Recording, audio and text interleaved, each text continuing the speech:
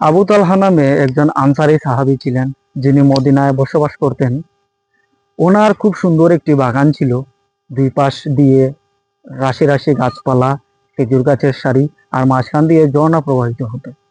তিনি এই নিয়ামত পেয়ে আল্লাহ তাআলার কাছে কৃতজ্ঞতা আদায় করতেন এবং প্রতিদিন আসরের নামাজ তিনি খেজুর গাছের নিচে আদায় করতেন।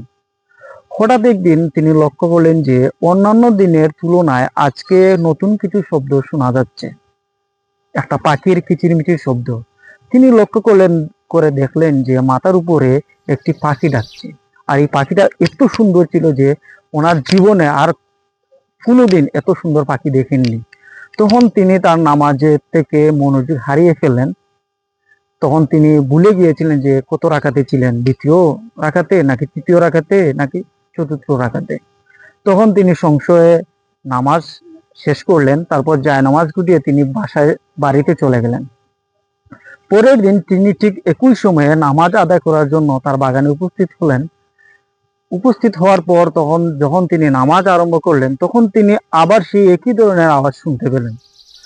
তখন তিনি উপরের দিকে তাকালেন, দেখলেন যে পাখিটা বাসা বাঁধা আরম্ভ করে দিচ্ছে। কিছুক্ষণ পর আবার ওই পাখিটি কিচিরমিচির সুরে গান গাচ্ছে। তিনি আবার নামাজে মনোযোগ হারিয়ে ফেললেন। তিনি এরকম পরিস্থিতিতে খুবই লজ্জিত হলেন। তিনি ভাবলেন যে আমি যদি নামাজেও অমনোযোগী হই, তাহলে আল্লাহ তাআলার কাছে কি জবাব দিব? আমার নামাজ যদি সঠিক শুদ্ধভাবে না হয়, তাহলে তো আল্লাহ তাআলা আমার নামাজ কবুল করবেন না। এই সমস্যার সমাধানের জন্য তিনি হযরত মুহাম্মদ সাল্লাল্লাহু আলাইহি ওয়াসাল্লামের কাছে গেলেন, গিয়ে বললেন যে আল্লাহর রাসূল এই পুরো ঘটনা তিনি খুলে বললেন এবং বললেন যে আল্লাহর রাসূল, আপনি আমার এই বাগানটা নিয়ে নিন, কারণ এই বাগানের জন্য আমি আমার নামাজে মনোযোগী হতে পারছি না, আমি বিনয়ীভাবে আল্লাহ তাআলার সামনে দাঁড়াতে পারছি না, আমাকে নামাজে অমনোযোগী করে দিচ্ছে।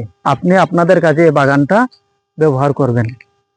সুবহানাল্লাহ। চিন্তা করুন যে একজন সাহাবী কত বড় মনের অধিকারী, কত ভালো একজন উত্তম মুসলিম। তিনি তার নামাজে ব্যাঘাত সৃষ্টি হয় বলে নিজের বাগানটাই বিনামূল্যে মুসলমানদেরকে দিয়ে দিলেন। সুবহানাল্লাহ। সালাম বর্ষিত হোক মহানবী হযরত মুহাম্মদ সাল্লাল্লাহু আলাইহি ওয়াসাল্লামের উপর, তার আত্মীয় স্বজনদের উপর, তার সাহাবীদের উপর। তারা ছিলেন সর্বশ্রেষ্ঠ জাতি।